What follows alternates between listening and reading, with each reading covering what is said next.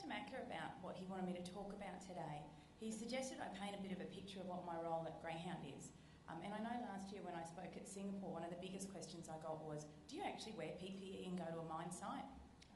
The answer is yes. Not well, but yes.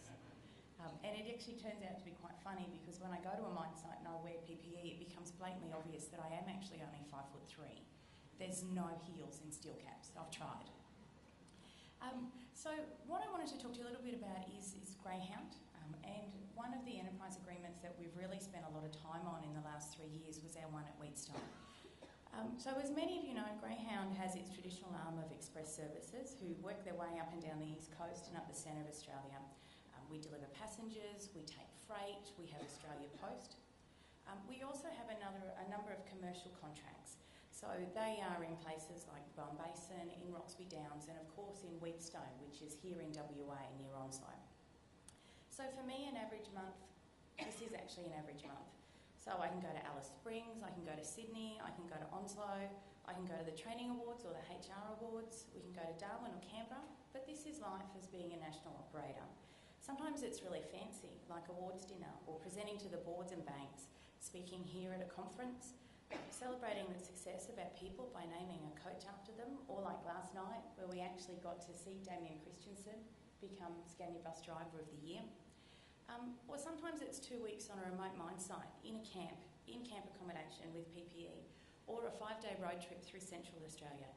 But it also means that I get to spend a lot of the time out in bases with our people.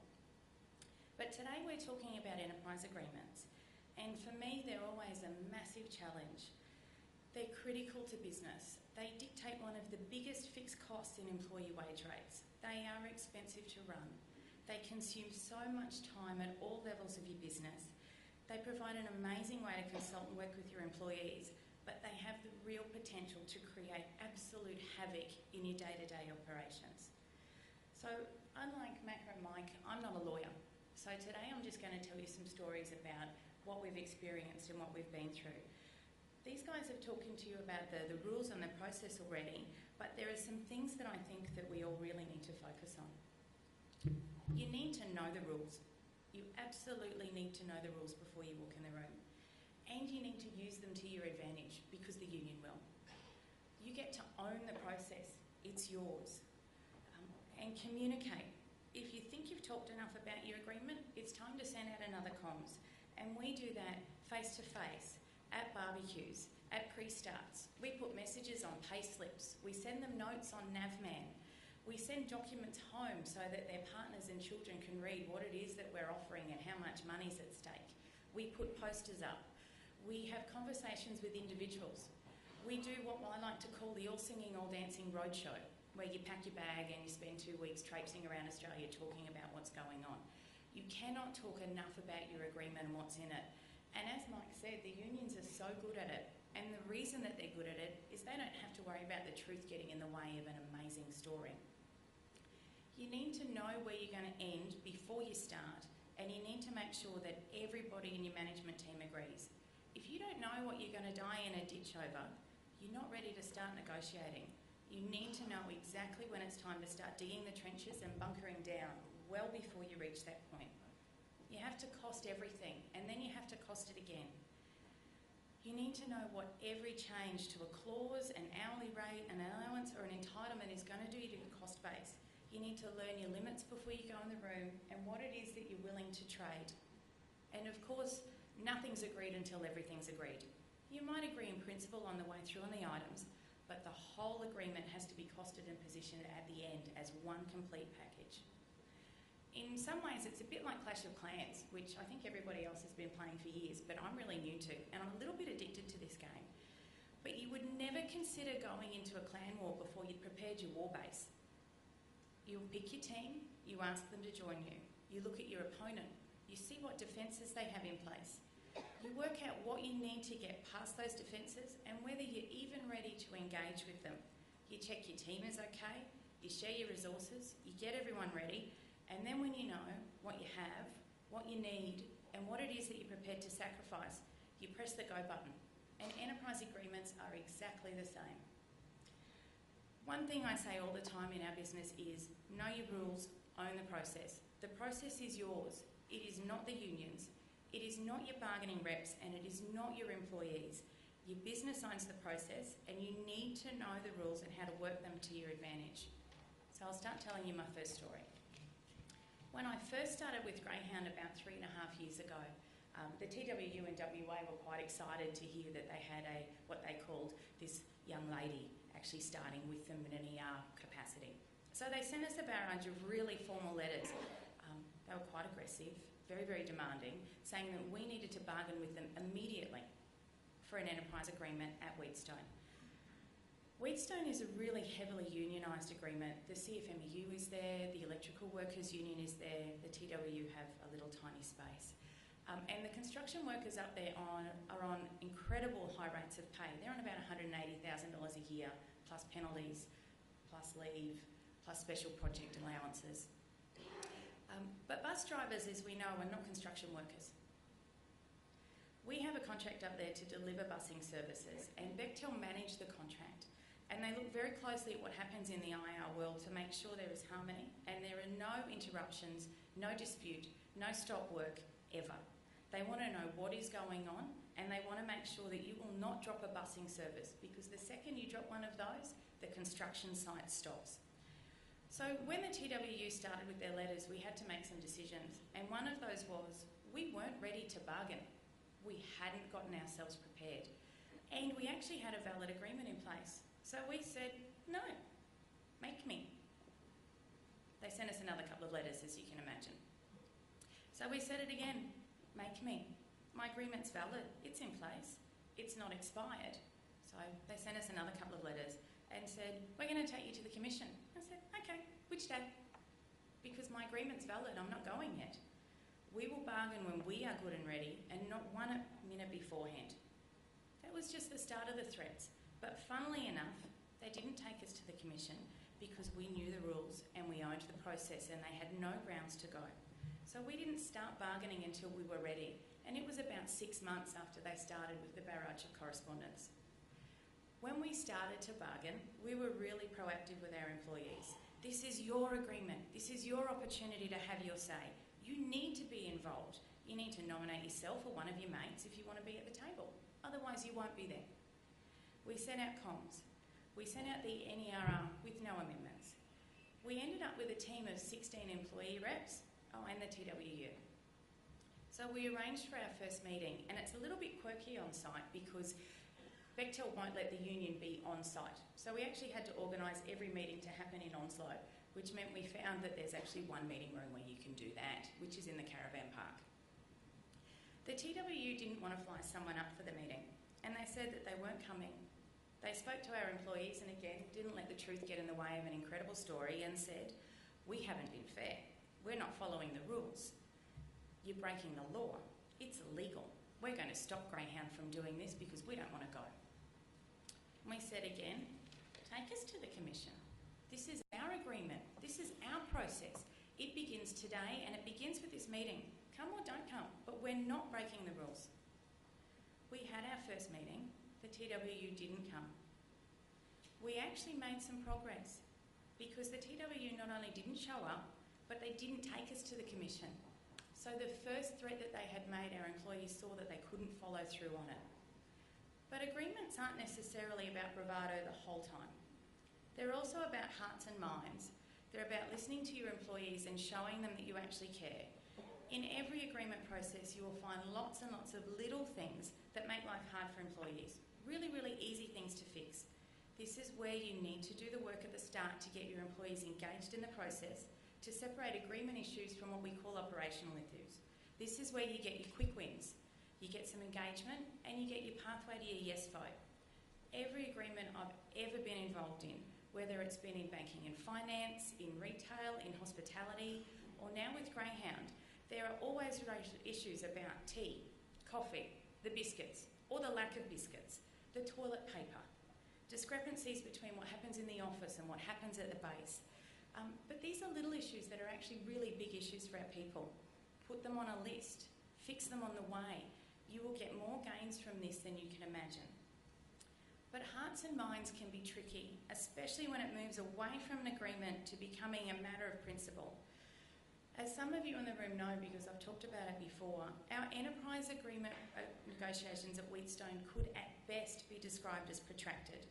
More realistically, it was an 18-month fight to get an agreement with the terms that we needed to get our contract in place. When we actually turned up, our employees decided that they wanted a 30% increase. So they wanted to go from $120,000 a year to $180,000 a year, plus double time and a half on public holidays, because what they'd asked for wasn't enough. So we had 3 votes at Wheatstone, and I just want to show you what they look like. But before I show you, I just want to say, sometimes a vote isn't about getting the agreement across the line. Sometimes a vote is about actually showing that you control the process, and sometimes it's a little bit of a temperature check just to see exactly where you are in the process. So we had a bit of a no vote the first time around. That actually does say 56 people voted no, and 5 people said yes. That was a little bit confronting. But the purpose of that vote was for us to actually say in the process, we control this and we're going to make you vote now because we want to know what's going on. And the union told us not to, so we did. The second vote was because we wanted to see if the tide was shifting. We were starting to hear from our employees that it was, so we thought we'd have another crack at it. 4411 wasn't bad. It was certainly a long step forward from 5, and we counted every single one of those yes votes as an absolute victory for us. And finally, vote 3, you can see that we just made it across the line. It took us 12 months from the first vote to get to the yes, and it was nearly 15 months from when we started bargaining. But the tricky thing was for our Wheatstone employees was that it had turned into a matter of principle. They were going to vote no to get back at us, to spite us. They wanted their 30% and the TWU had promised it to them. They were so open and honest about it. And the TWU ran one of the most active no campaigns I've ever seen. They used every intimidation tactic available to them. They had constant right of entry visits. They published in their magazines, there were posters, there were notes, there were emails. They involved the other unions on site so that every other worker on site was talking about Greyhound and how horrible they were to their employees and why wouldn't they just give them the money? Who has an extra 30% for their employees? They would regularly yell in meetings, they would make demands, they would threaten us, they would harass. One day in particular, the yelling was about me using my soft girly voice to intimidate them. I'm not really sure how that works. Here are a couple of photos of what the union board looked like though. And one of the meetings, you can actually see a photo of the TWU rep yelling at me in my 5'3" stature in my PPE. These are some of the posters that were up, the notes that they were putting up on the board, the propaganda, if you like, that they were putting out about where the agreement was up to and what it looked like. So what did we do to combat all of this stuff? We ran information sessions. We spoke at pre-start and toolbox. That was their wall. We used, so they have one whiteboard, we used every other inch of space in that lunchroom to put our own posters and information up. We dropped information in their pigeonholes daily. We posted information home, and that information was saying things like, you do realise you've just lost $1,500. Do you think it's time to vote yes yet? We even scheduled our people to meet with us in pairs to discuss the agreement with us. The meetings were not optional. It was a reasonable directive to attend a meeting, and employees were paid for their time. It gave us a chance to talk about the agreement and give them the message. The deal is the deal. You're holding out for nothing. It also gave them the opportunity to freely talk to us about the real issues and what it would take for a yes vote to happen. But the answer really was patience, it was time, and it was consistency of message. This is the best deal. This is the only deal. This is your only choice. We'll wait till you're ready. 15 months, 2 protected action ballot orders, 1 extension, and 3 votes. It was a long and tiring process, but we knew what we needed. We understood what our drop-dead position was, and when we hit the impasse, we had to dig into the trenches and ride out the storm. The other thing I'll talk about today quickly is protected action and what our experience was like. It was a really long process. So a bargaining rep, or usually the union, can apply for what's called a protected action ballot order, or we started calling them the PARBOs because we kind of like the way it sounded. This allows the people who are represented by that bargaining representative a way to vote on a list of specific protected actions to show whether they want to do them or not. There's a process, it's run by the AEC for the vote to occur, And once it's a complete, you get 30 days where a protected action period's in play. You can also get an extension. So to get ready for this, the TWU issued new NERR forms to our employees, and 16 of the 18 employee bargaining reps signed over their rights to the TWU, as did the majority of our employees, because it made them eligible to vote and then take action. But it also changed their bargaining status, and we were only left with 2 employee representatives in the TWU, and the remaining employees were no longer eligible to sit at the table with us. But this created an absolute ruckus because the TWU did not tell the employees that that was the case. At the next meeting, we only invited 2 reps. We told the other 16 they couldn't come because they'd said that the TWU was their next representative. The TWU sat outside the meeting room, they hurled abuse at us, they refused to enter. They did that really great thing that they can do with their arms crossed and bang on the table and scream at us about how horrible we were and why were we doing this. We actually went out and asked them specifically in front of the crowd of people that they had gathered if they were refusing to bargain with us. And my question was exactly that. Are you refusing to bargain with Greyhound today? And they said, yes, we are refusing to bargain with you. That's kind of perfect because that's a great piece of evidence. We had witnesses, we had everyone there to see us for when we needed to say that the union had said they were refusing to bargain. They were refusing to bargain in good faith with us, and they were getting ready to go and take protected action. So we filed that and we kept it, just in case we ever needed it. We continued to have the meeting, but it was just us in the room, so bargaining's not that great when that happens. We closed the meeting and we moved on. So they did vote for protected action, and for 30 days, everybody kind of circled each other. They just kind of looked and waited, and we looked and waited to see what would happen. And we communicated strongly every day. The deal is the deal. Protected action changes nothing. It's absolutely your right to take protected action, but we have rights too. And if you take anything on that list, if you stop work, if you wear a union cap, if you take any of those protected actions, we will lock you out. We will stand you down and lock you out indefinitely. No pay, no work. We will send you home for as long as it takes. We also recruited subcontractors to drive our buses. Our people knew that we would not drop a service. We had a second workforce, if you like, who were on site to make sure that we could continue every service that we needed to provide. We almost got to the end of the 30 days and nothing had happened when we received the notice to say that they'd applied for an extension and it had been granted. So we waited again, and we all looked at each other again. And then finally the stop work email arrived in October, on a Saturday, saying that it would occur on a Wednesday. It was perfect because the TWU did not know the rules. They did not own the process. The process is clear. It is 3 working days, and we counted. I think we counted through 3 about 15 times to make sure we were right. Monday, Tuesday, Wednesday. They couldn't take action till Thursday. There were a couple of other defects with the notice as well. So we flew to site. We flew the team over. We communicated with our people and said, take unprotected action, we'll terminate your employment.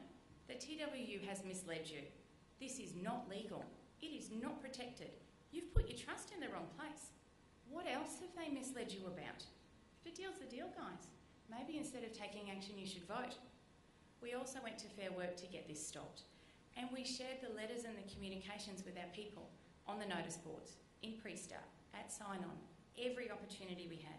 We knew the rules. We actually had nothing to hide now. We actually put all of our employees on yard duties and had our second workforce drive for the whole week. We gave every employee a pack of information about what protected action is and a letter that outlined really clearly that if they took unprotected action, we'd terminate their employment. We had them sign for the letter. So I got this wonderful day of walking around with a clipboard saying, sign here, here's your letter. And we actually got them to tell us verbally in front of their mates that they understood what this meant while they watched the other workers drive in and out and run the services, so there was no effect to us. We did not miss a service. The TWU communicated to them as well. Stand together. We've got this. Stick with your mates. Unite. Agitate. We will show them. So then we got another notice on Tuesday from the TWU. Protected action scheduled for Saturday. They actually got it right this time. Wednesday, Thursday, Friday. That was all good. Except again, they gave us another gift. They forgot the rules. They didn't own the process. They got half of it right. The 3 days was correct. But Friday was the last day of the protected action period. Friday was the last day of their extension. Saturday, action was unprotected again. So it was kind of perfect. We communicated one more time with our employees. This is the deal. It's time to vote. And then we flew home. We left them to consider what had happened, how badly the bargaining reps had misled them, and let them down. We told them how much money they had lost, the 5% increase they could have been enjoying for the last year, the money for themselves and their families that they could not get back because we would not back pay. We told them we would come back when they were ready to say yes, and not 1 minute before. We left them to consider the deal and wait it out. It took another 5 months before the reps contacted us and said, will you please come back and talk to us again? We think we're ready. So it was a really long, hard battle. It took us 15 months. It took us 3 votes. It took us 90 days of circling around each other and waging a war, of digging a trench and standing in there for what it was that we needed. But we needed to wait through the impasse for the business to get the outcome it needed. So here's my list again. Know the rules, own the process, communicate, communicate, communicate, communicate. Know your position, cost everything, and nothing is agreed till everything's agreed. So hopefully today you've all found something for you to think about in my stories as you go forward and negotiate your own agreements. And keeping in mind as well that they are a strategy piece as much as they're a delivery piece, how important it is to get it right, and of course how you need to know the rules and own your own process. Thanks.